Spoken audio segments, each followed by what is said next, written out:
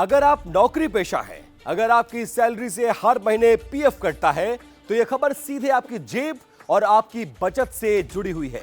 साल 2005 में कर्मचारी भविष्य निधि संगठन यानी ईपीएफओ ने ऐसे बहुत बड़े बदलाव किए हैं जो पीएफ निकालने, ट्रांसफर कराने और क्लेम सेटलमेंट को पहले से कहीं ज्यादा आसान बना देते हैं। ईपीएफओ 3.0 के तहत डिजिटल सिस्टम में जो सुधार किए गए हैं, उनका असर करोड़ों नौकरी पेशा और कर्मचारियों पर पड़ने वाला है। तो चलिए विस्तार से समझते हैं ईपीएफओ के नए नियम क्या हैं और आपके लिए क्या कुछ बदला है। नमस्कार, मैं हूं विपिन चौबे और आप देखना शुरू कर चुके हैं टीवी9 भारतवर्ष का डिजिटल प्लेटफॉर्म। अब सबसे पहले बात करते हैं पीएफ निकालने के लिए नए नियमों की। अब तक पीएफ एडवांस निकालने के लिए करीब 13 अलग अलग कैटेगरीज थी, जिसमें लोग कंफ्यूज होते थे और क्लेम कई बार रिजेक्ट तक भी हो जाता था। लेकिन 2025 में ईपीएफओ ने इस सिस्टम को पूरी तरह से बदल कर रख दिया है।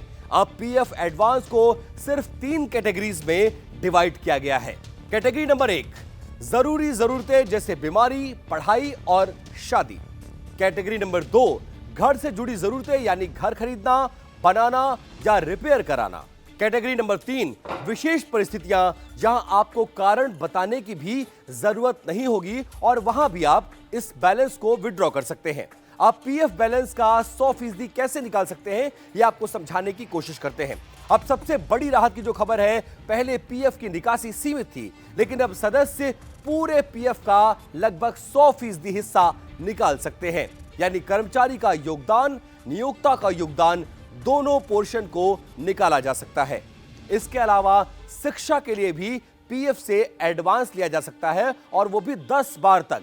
शादी के लिए पीएफ की निकासी 5 बार तक की जा सकती है। हालांकि ध्यान देने वाली बात यह है कि किसी भी आंशिक निकासी के लिए न्यूनतम 12 महीने की सर्विस जरूरी होगी। इससे नियम अब साफ, आसान और कागजी हो गए हैं। अब बात करते हैं कि नौकरी बदलने वालों के लिए एक बहुत बड़ी राहत वाली बात की। पहले नौकरी बदलने पर फॉर्म 13 भरना पड़ता था और पुराने नियोक्ता की मंजूरी में अक्सर देरी हो जाती थी। लेकिन अब यह भी झंझट खत्म हो चुका है। अब नौकरी ज्वाइन करते जैसे ही नया नियोक्ता आपकी ज्वाइनिंग डेट अपडेट करेगा, वैसे ही आपका पीएफ अपने आप नए खाते में ट्रांसफर हो जाएगा। यह दुविधा यूएएन यानी यूनिवर्सल अकाउंट नंबर की वजह से संभव हुई है।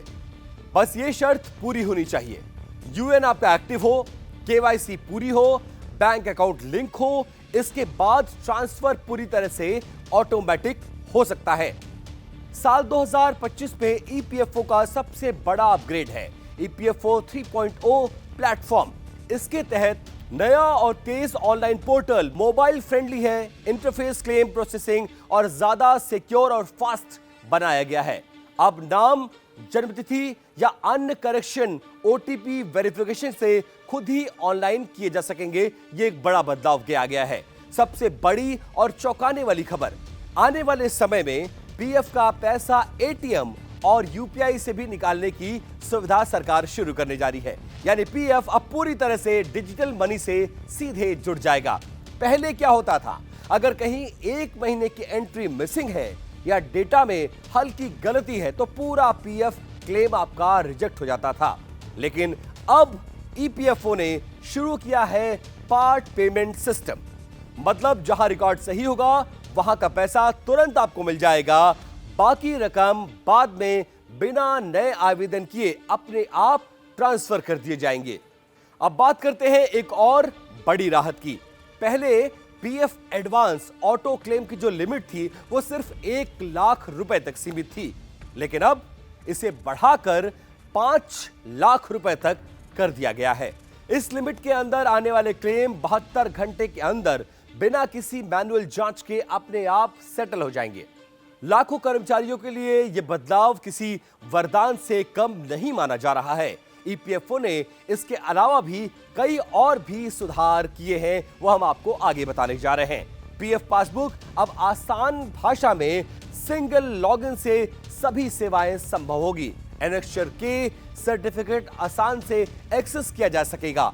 Employees enrolment campaign 2025। जिसके तहत 2017 से 2025 के बीच छूटे कर्मचारी अब पीएफ सिस्टम से जोड़ दिए जाएंगे। तो ये था ईपीएफओ 2025 के बड़े बदलाव जो पीएफ को बना रहे हैं और भी ज्यादा आसान, तेज और भरोसेमंद। अगर आपको ये जानकारी उपयोगी लगी तो इस वीडियो को लाइक और शेयर करना बिल्कुल भी ना भूलें और टीवी 9 डिजिटल को सब्सक्राइब करना ना भूलिएगा।